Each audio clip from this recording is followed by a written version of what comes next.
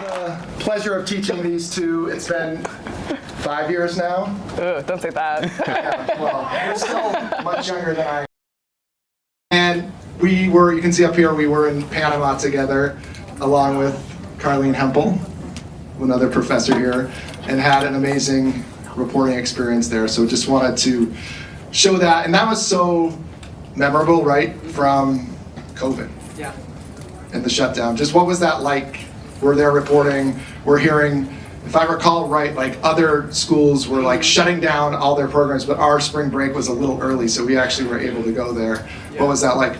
I mean, it was nerve-wracking because we weren't sure if we were going to be able to come back to America. I think we were one of the last flights out of Logan before they shut everything down here. So we were there and we were kind of like, okay, so we're in Panama having the time of our lives. And it felt like things were still pretty normal in Panama at that time.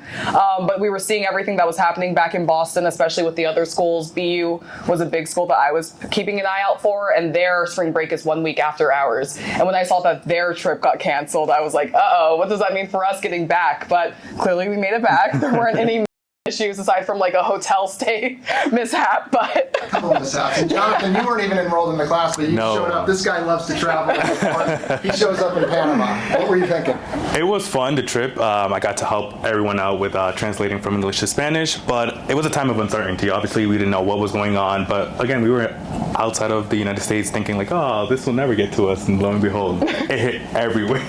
Yeah. It did, but now, hopefully a distant memory, and we're going to look back, but not look back at that. We're going to look back, actually, this class, Experimental Video Storytelling, is tied to our research, and Danae was actually in the class the last time we taught it, so I just wanted to flash back to a little of Danae and Jonathan's reporting from 2019, 2018 years. Right now we're waiting for Jonathan to come to his bus stop. We're at the corner of Shawmut and Mass Ave.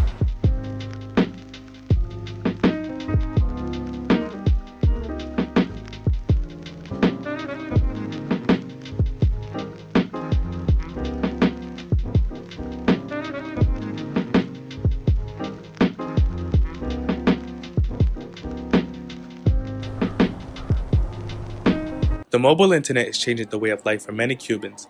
3G is cutting-edge technology here on the island, but Cubans have always maintained a strong connection to the ocean. There are long stretches of pristine reefs here, defying the pressure of rising ocean temperatures and acidity, leaving scientists asking how and why. Here in Regla, a district in Havana, it provided a lifeline for residents after a tornado touched down in January. Nadie esperaba esto, las guaguas se viró, todo era enorme, muy enorme. Hello, and welcome to Panama, the continental crossroads that connect North and South America. I'm Danae Bucci, and I'm one of 12 Northeastern University journalism students traveling to the country to tell the most fascinating stories about its people and the culture. And we really do have so many awesome students here. But you two, I knew when you were here that you'd be back in 5 years and both working in major markets. Danae, my colleague at WCBB, Jonathan working at Fox 26 in Houston. We're talking about local TV today, and as young people in your 20s, I want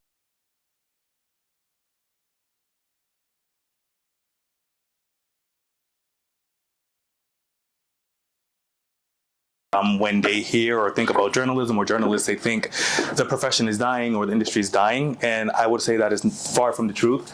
I believe journalism is important. Journalism will continue, but the way people are consuming it is different, right? So we work in linear TV, traditional TV, where appointment TV really isn't working for many people, right? A lot of people are out and about. People want to catch the news wherever they are, wherever they can get it. So that's their phones, tablets, streaming on TV. So I feel like that's what's changing. And we also need to, at least for us younger reporters and journalists, tap into social media. So that is sometimes for us, at least for me, is transforming and editing what I show on TV, formatting it for social media. Maybe that's cutting it down, starting off with the most important video or sound that we have and putting it on TikTok, Instagram, Facebook, wherever it is, and just reaching out to that younger generation. So I feel like appointment TV here, as our industry, we need to adapt to the times and reach people wherever they are.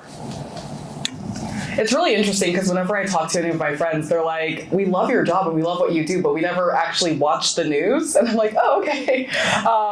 So for me, I really make an effort to involve my social media as much as possible with my storytelling. I've been able to grow my personal TikTok page to 500,000 followers just based off of doing both news-related content and more lifestyle content, showing people what it's like being a reporter. Because I think one of the things that's really challenging being a reporter in this time is we're living in a time where everyone doesn't really trust the news. I feel like a lot of people are very distrustful of what we do. They don't quite understand what our purpose is, I feel like, in society a lot of times. And so being able to show people like, no, like this is my daily, routine. I go in, I pitch a story, or I get given my pitch. I go find my own sources. I interview the people myself. I write my own scripts. I'm not the evil entity that you think I am. So being able to show people what it's like being a reporter, even if there isn't necessarily like the most groundbreaking news content quality to it, I think is still really helpful in trying to show people that they can trust what we do and they should be engaged with what's going on in their community.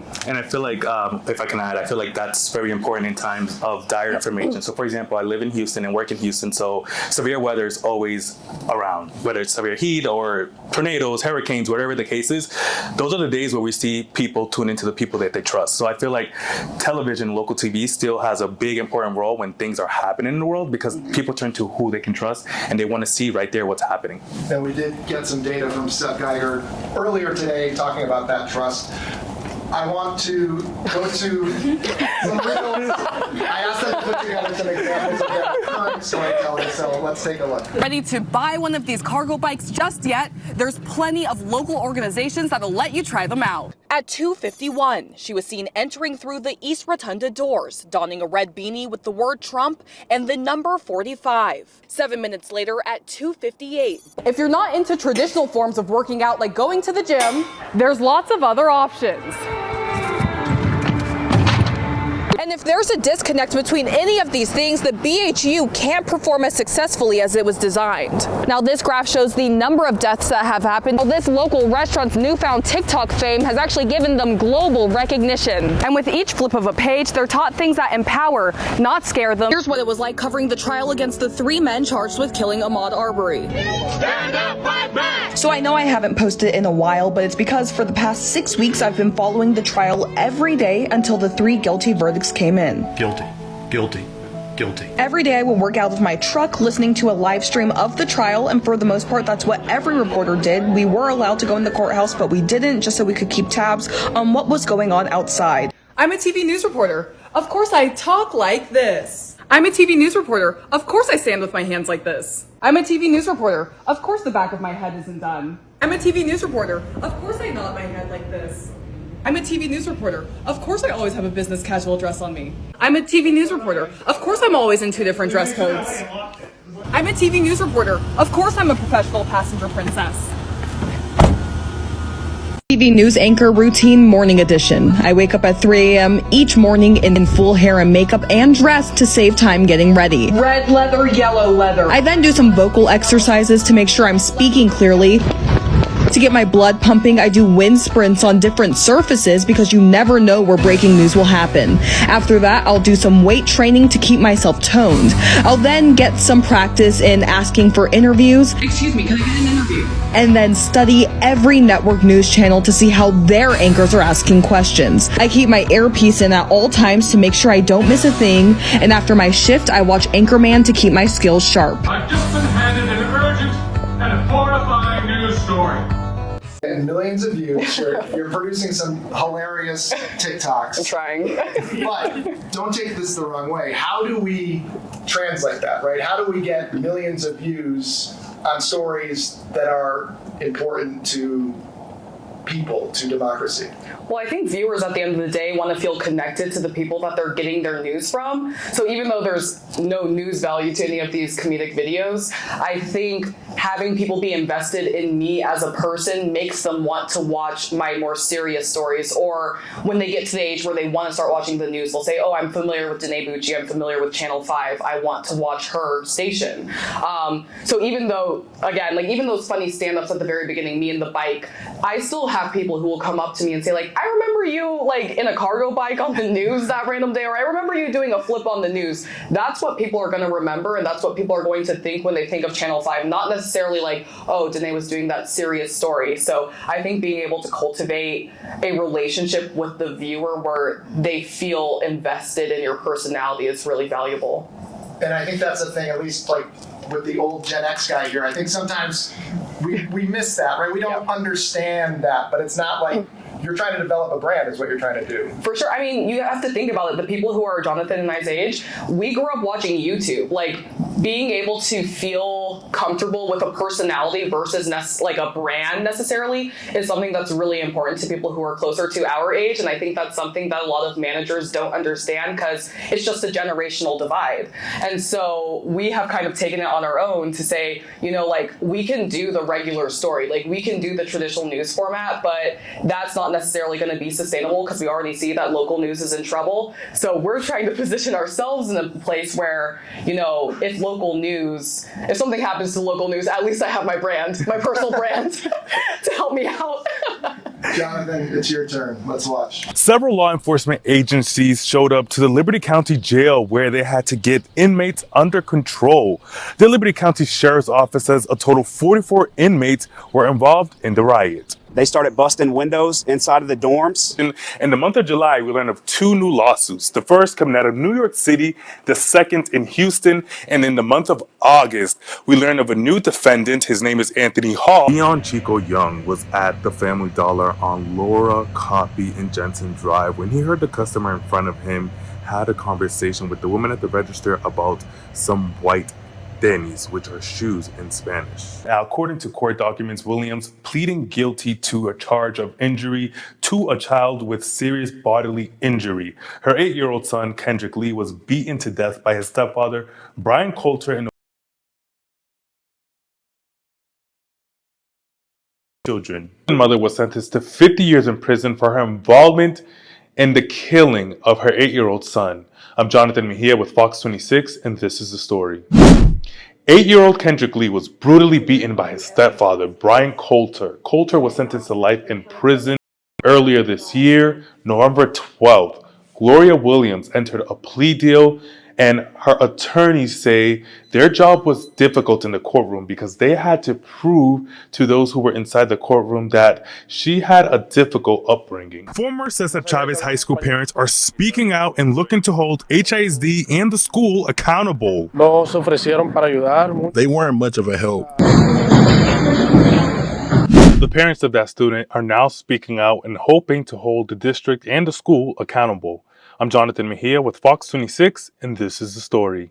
Heartbroken because no parent would ever want to see their child being treated that way, especially when they didn't deserve it, and knowing the type of child that you have, it's heartbreaking. Do you actually think younger people are watching? Thankfully, I work in the station, and our management encourages us to do things like you saw in the beginning because they want to separate from the competition, right? So it's received pretty well.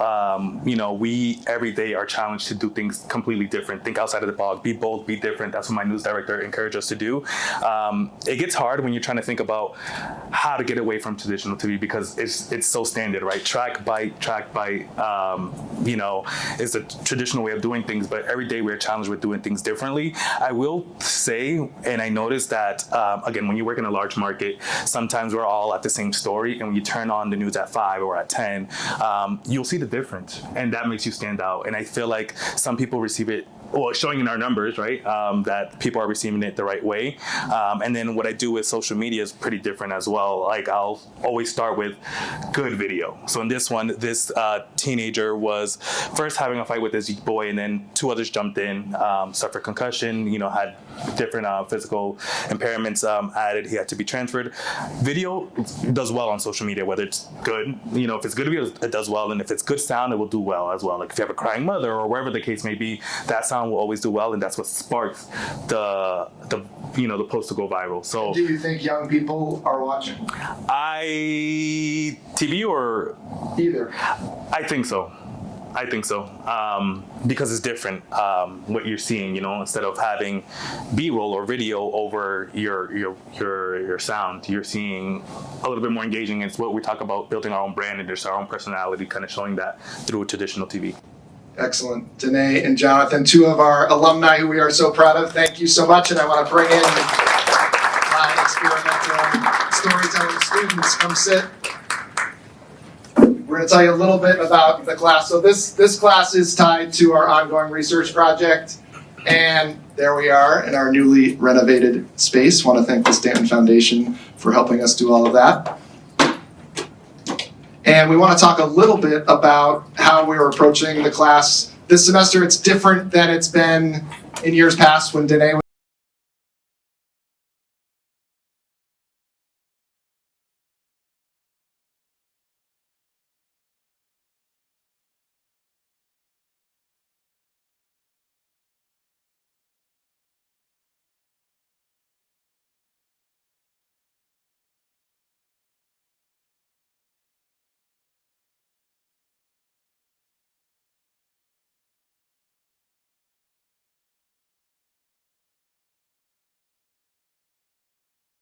use these in the videos that you're about to see, and for me personally, having this as a tool has been super helpful in allowing me to be experimental in my shoot. It's super portable, very compact. I'm not thinking so much about having to get the stabilizer out or how to set up a shot with a camera that's bigger or bulkier or with a tripod, so it's allowed me to have a lot of fun taking risks with angles or shooting in public. This is a lot more conspicuous than having a big camera, rig, setup, things like that. So overall, really helpful and really good quality as well. This can shoot up to 4K, and yeah. Excellent. And so the assignment they had was to produce an experimental story. They had to use the gimbal, and they had to approach it in different ways. And I think we've been going back and forth. Why don't you pass the microphone down to Rachel and Ruchika, because we talked about your story that you had produced, and it was about the winter walk. And I want you to just briefly explain the story, but then also sort of the challenges of being experimental. Okay, hi everyone, my name is Rachel. So our project was about the Winter Walk, which is a walk that happens every February where a bunch of volunteers and staff goes out by the Boston Common to show their support to the homeless population and raise money and awareness. It's a story that's covered by almost every news station. A lot of people know about it, and we wanted to take a very feature story and try to be experimental about it. And we were having some difficulties because it's a very fast-moving story. It was more like we were joking, it's like a run than a walk, because they were going around so fast, and we were trying to get B-roll, trying to get interviews with unhoused individuals and the executive director and volunteers, which we were able to get all 4 or 5 voices, which was great in 1 hour, if that. But with that being said, when we came to the editing, we saw that there was a lot of similarities to traditional news, and we were like, how do we make this experimental? We played with the data, we played with graphics, and it was still feeling a bit traditional. So we last week, we were like, okay, let's all the VO we had and make it raw with all the natural footage and all the natural sound that we had. And with that, it kind of gave this more documentary style, which made it seem just more like you could relate to the voices more and take away, kind of step back as a reporter and let the reporting speak for themselves. So I think I'm pretty happy with the piece, even though we had some challenges along the way. And yeah, Ruchika, do you want to say? I think that's everything. It's crazy out here in the streets. I used to be homeless myself out here. The city sucks out here, man. This police need to be homeless. They be treating homeless people raw because I did it before. Since I was 16 to 24, 9 years.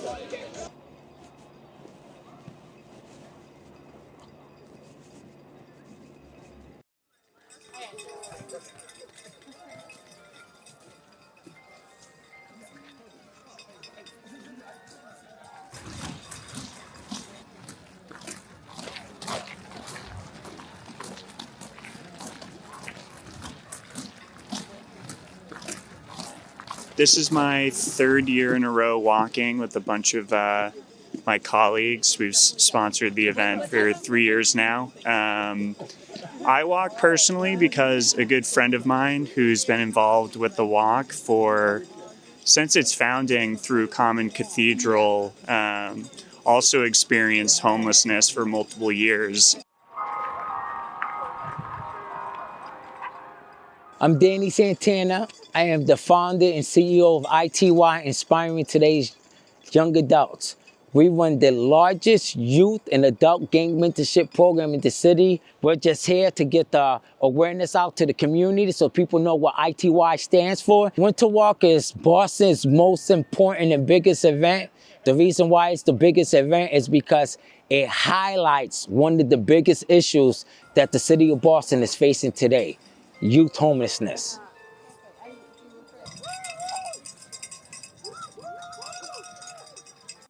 In Massachusetts, in Boston. Today is about blending everyone together. So when we walk shoulder to shoulder, we were wearing winter walk hats. Like no one knew who came from the street, who came from their home. So it was this moment where like you share a story because you have conversation with another human and not just with someone who is in a house. We've done it in the past. Like we lowered the numbers in the past. We believe as Winter Walk that ending homelessness starts with ending stigma, starts with ending stereotypes. So just understanding that homelessness can affect anyone, that it's really something that is unexpected and caused by hardship. Thank you, everyone, for walking today. It's crazy out here, man. It was too much for me to be homeless out here. It's no secret that the MBTA has a less than favorable reputation amongst its riders. Especially if you're going over the bridge on the red line, I feel like you're barely moving at points. But what if I told you that recent efforts have been made to alleviate some of the issues that have been plaguing the system? I'm here at Ruggles, and today we're going to be putting this work to the test.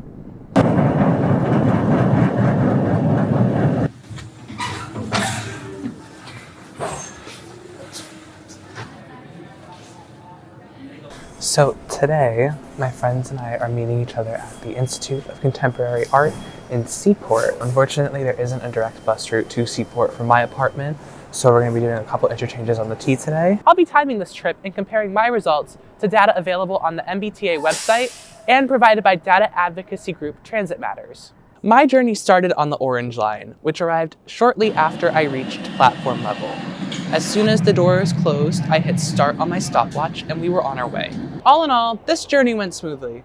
It took approximately 7 minutes and 30 seconds from the time the doors shut at Ruggles to when they opened again at Downtown Crossing.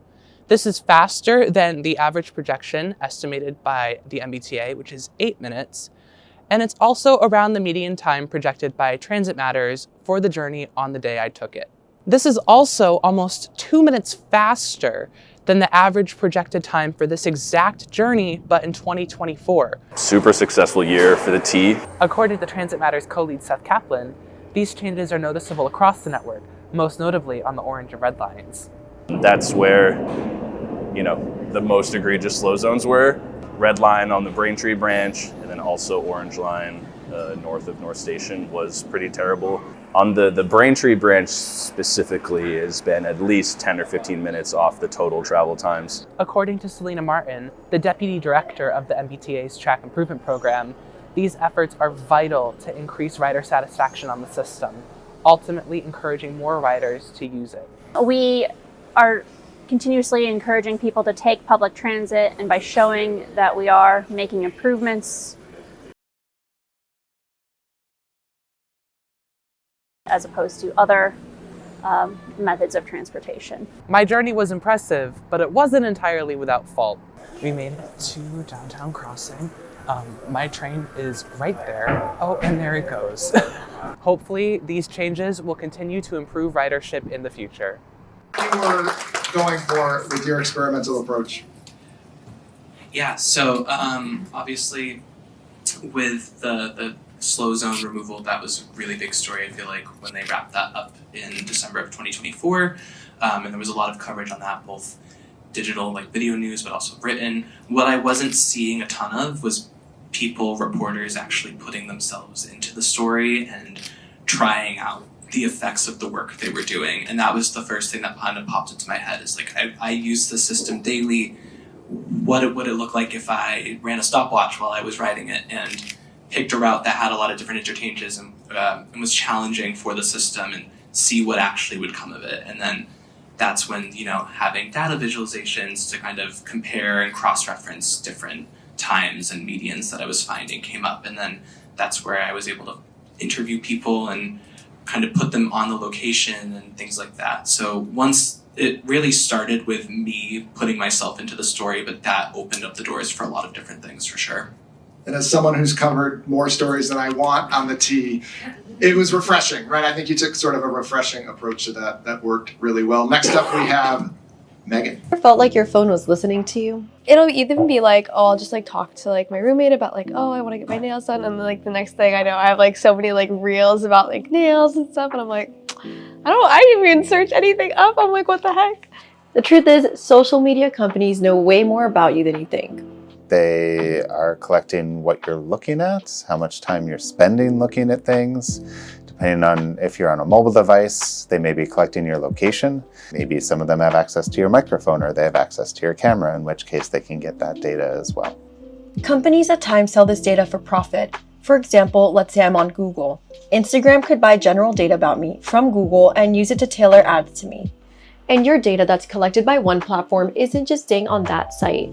Websites also have cookies, files that collect your information either for functional or marketing purposes. So I wanted to see what data was out there about me, but I didn't want to spend thousands of dollars. And I found out that I can request to see all the information Instagram has collected about me since I was 13 years old for free. So that's what I did. I found that Instagram had a list of all the suggested accounts I've ever viewed since 2016. They also gave me a list of over 600 companies that use my data for targeted ads, and they even kept track of places I visited. So after seeing just how much information Instagram had collected about me, should I be worried? I certainly think a lot of people should be concerned about this. There are states that have passed very restrictive laws about healthcare, including things like abortion, and information like where you've been, what facilities you've visited, could potentially be used against you by law enforcement, but it goes beyond that. Currently, there is no federal legislation that was made to protect our online data. The best we have at the moment is the Federal Trade Commission Act, which prohibits companies from unfairly or deceptively collecting your information. So I feel like we should definitely set more like rules and regulations around it. Definitely surrounding like personal data, of course, because like it's kind of scary not knowing where that's going. Like, I'm aware that it's happening, but because it hasn't impacted my life in like super negative ways, I'm less likely to see it as a bad thing. Which, is that good? Not necessarily, but I guess that's kind of where I'm at. So what can we do to protect our data? The best rule of thumb is to only give information when absolutely necessary. You should also make sure to turn off non-essential cookies from websites and check your privacy settings on apps. Just remember that when it's free, you're the product. First off, you're not an animator, but you really went to town on that. Tell us how you did it, because we have some incredible animators here that have worked on our project, but you pulled that off. So just for people who want to know, how'd you do it? Yeah, of course. It's just getting. Hello. Okay. Yeah. So I've never done graphics in my life. I'm very much used to like just hard news, no graphics. So I was able to use Canva to like make pretty much everything that you saw that was like moving or animated in general. It was very user friendly. I definitely recommend it. I also did use CapCut for the captions. They automatically just have like pre-made like transitions and animations. So that was very useful as well, especially for someone that's not used to making my own graphics or like kind of non-traditional media in this way.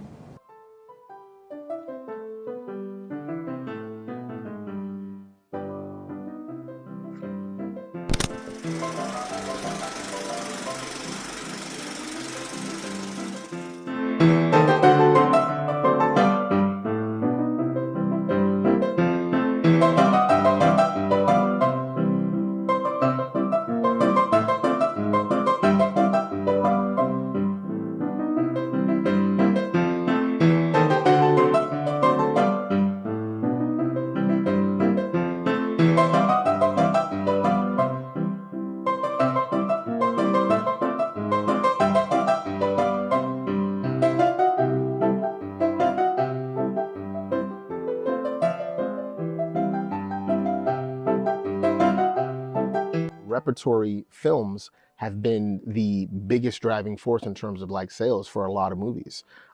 Just in general, like it accounts for quite a bit of our revenue.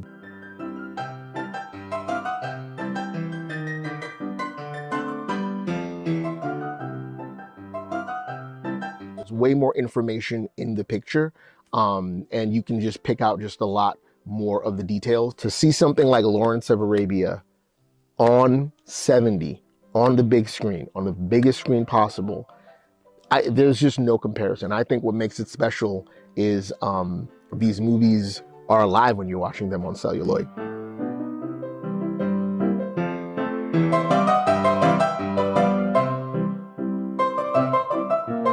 It's special to see movies on film because for most movies, that's how they were filmed. As someone who used to work for an AMC, I remember the days when we ran film, and I remember specifically where there was a company-wide announcement that we are fully digital now. Well, lo and behold, when you have filmmakers like Christopher Nolan, who shoots everything on film, Scorsese, Tarantino, Spielberg, all of them shoot all of their movies on film to this day. I remember during the summer of 2023,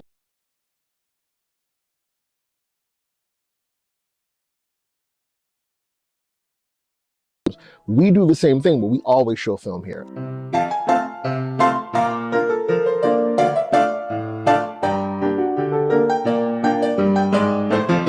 Sometimes there are just things you just can't find. There was one title that we wanted to play for a midnight series that we're going to be doing in April, and unfortunately, it's probably just languishing somewhere like in Australia, and we just couldn't get it.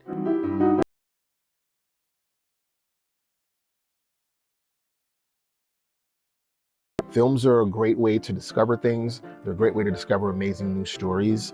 And I think if we had more people who wanted to see films that they might have heard about or they really want to see, they bring a friend. It's always kind of the best way to experience it. Just like take the chance and see something new. And we actually went back and forth a little on this because you had some voiceover in there. I actually was pushing for them to get rid of the reporter. So just for the record, to my producer, Kevin, out there who thinks I like to always be on TV, I was pushing for the reporter to be out of there. But Jake, what was the approach that you went with this? Hi, so I'm Jake. This is Aiden, who worked on the project together. So the idea was really just, we're both just huge film nerds. And I love moviegoing, and I think it's been a shame since the pandemic ended that so many independent theaters have sort of had to shutter their doors. And what commercial theaters were doing, they've been really sort of pushing IMAX, Dolby Vision, more premium formats to bring people back. So I was curious to see what independent theaters were doing, and they've been prioritizing film as sort of their sort of main thing to lure people in. So the idea was just, let's learn more about this. Let's find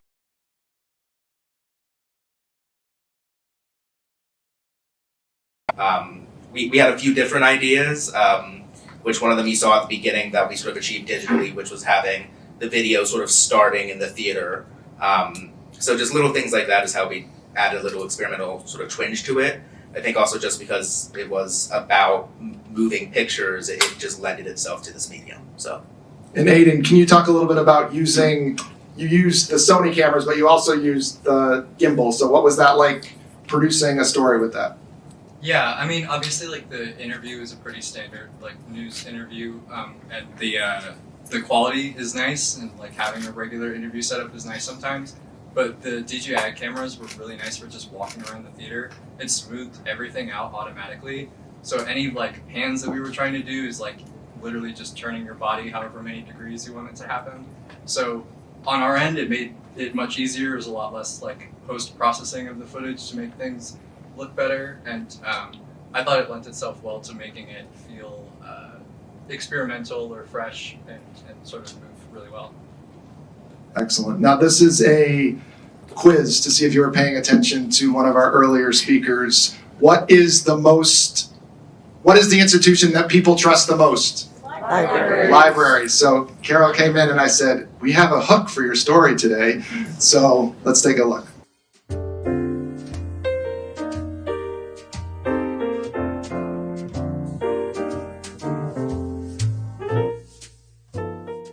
Did you know that the Boston Public Library was the first large free municipal library of the United States?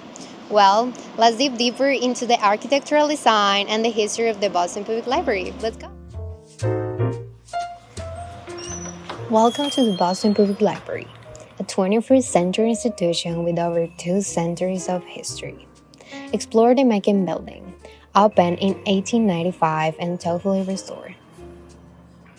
Adorned with significant murals and art installations, Boston is dedicated to preserving this treasure for future generations.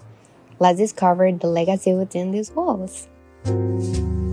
It's a really big, kind of grand building. A lot of people are surprised when they walk in that this was built as a library. I think especially because the old building in particular doesn't feel like what we maybe expect a library to feel like. Part of that is that you walk in and you can't see any books. So you walk in and you're greeted by this architecture that's really beautiful, but it doesn't, we imagine walk in and see books or see people studying, and you don't get any of that in this lobby. And that has a lot of pros and cons. It means that it's a really beautiful building and people come to see the building, but it also means that people who are coming because they want to check out books or they want to access our resources sometimes are sort of like, now where do I go? So it can be a little bit disorienting too.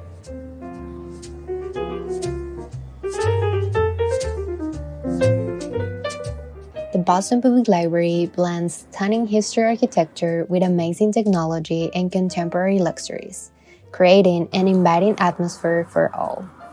With thousands of invaluable resources and diverse entertainment options, it's no wonder that many people consider the Boston Public Library one of the most breathtaking libraries in the United States.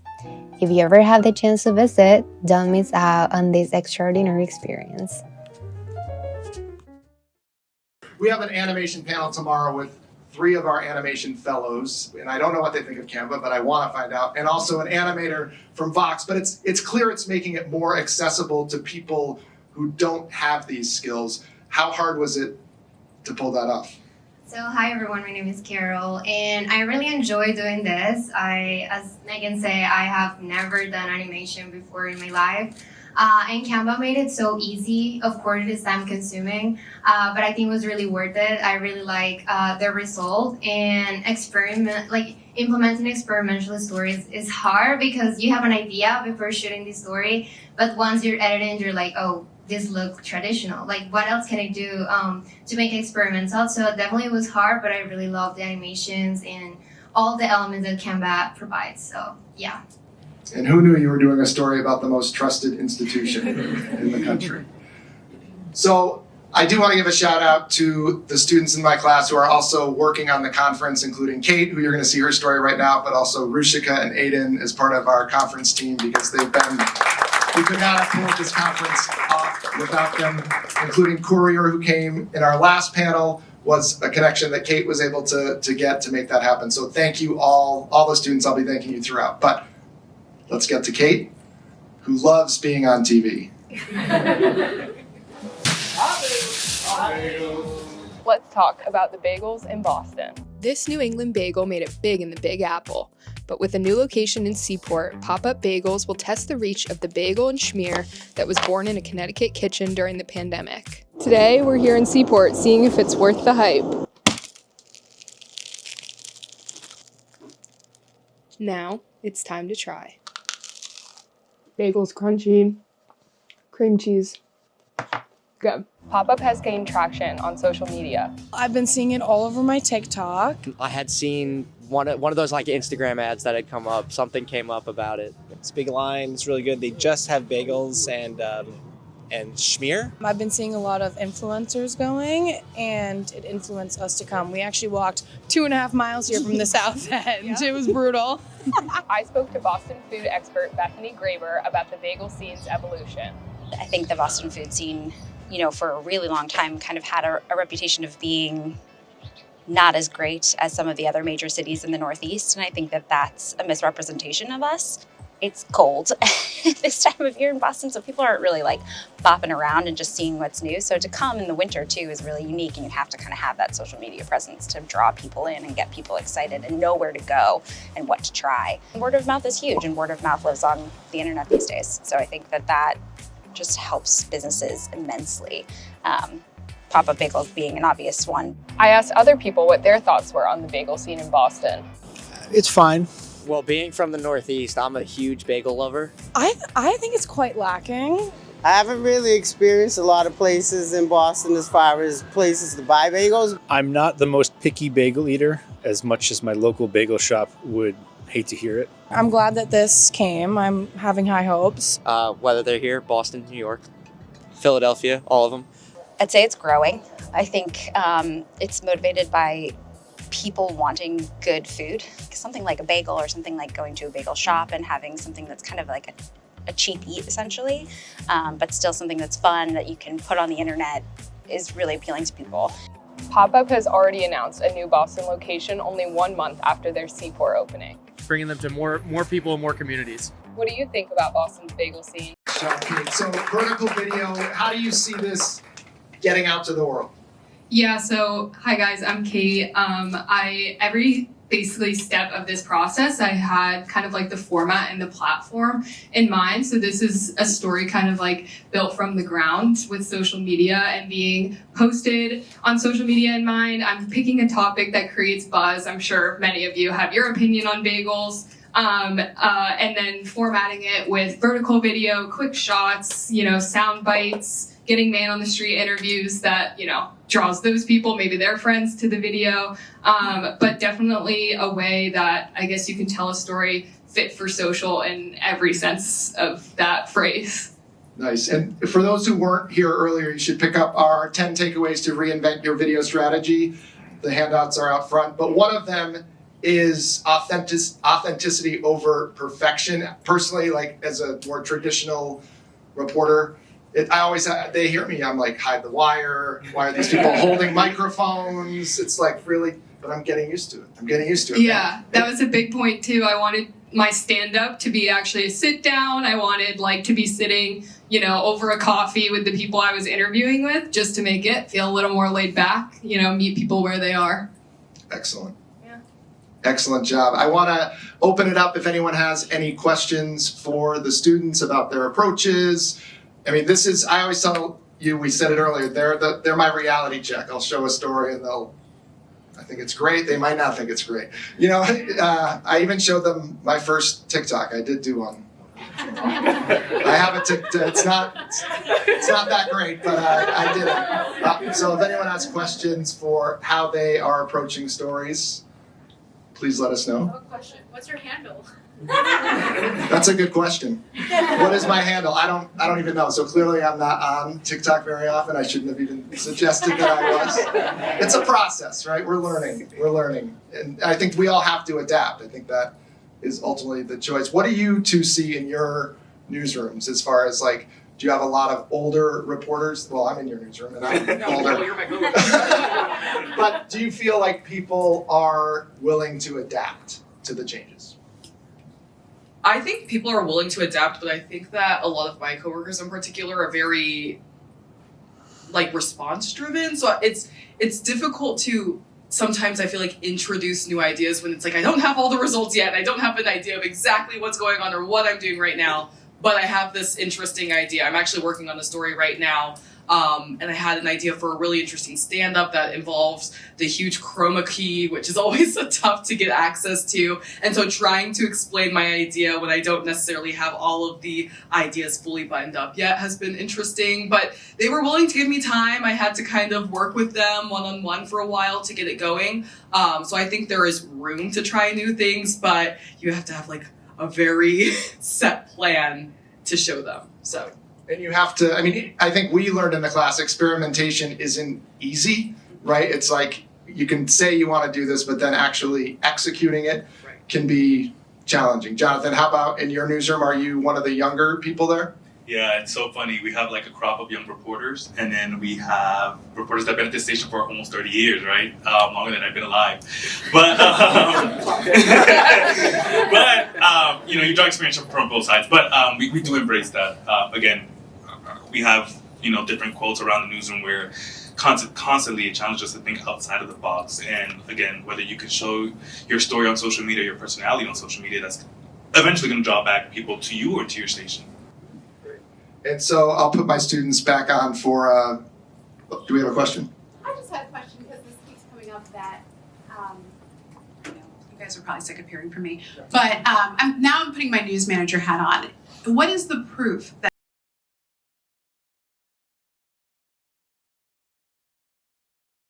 and you guys should be running every single network out there, right? I mean, it to me as a news manager, I tell people to go online and be on social media, and that's where they need to be.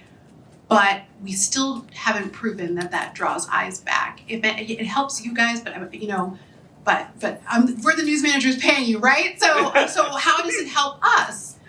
And that I guess that's the question. Did you? Yeah. Well, this is a conversation that we have a lot in our newsroom, and it's just like doing the the entry points leading back to the websites and whatnot. It's a little okay. So yeah, I think that's what. Just walk over here. Yeah. We want to hear from you. Adriana, by the way, is one of our former fellows, animation fellow, and we're going to be hearing from her tomorrow. Incredibly talented, and now got picked up right after the fellowship to work for ABC because she's so good at what she does. But yeah, I think just to add on to what Nika was already saying it was just really like we have these conversations a lot on how to add entry points into our websites, into our app, into all of that. So it's just kind of relating like how evidently all the work that you're doing is very important and it resonates with people. But I think it's just from, I guess, like a business perspective, right? Like how do you, not to put the business hat on, but yeah. And I guess I would push back on that too, Nika, just that it's like we might not see the results right away, but that's the problem, I would argue, with traditional media is that we have people, I'm not saying you, but I think newsrooms everywhere are like, well, why does that work? How does it work? And then meanwhile, you're getting left behind. And so I think that's a lot of what our conference is about. This 2 days is like sharing ideas from people who are killing it in the online space, who are doing really interesting things on broadcast and like trying to learn from each other. But if we just say, oh,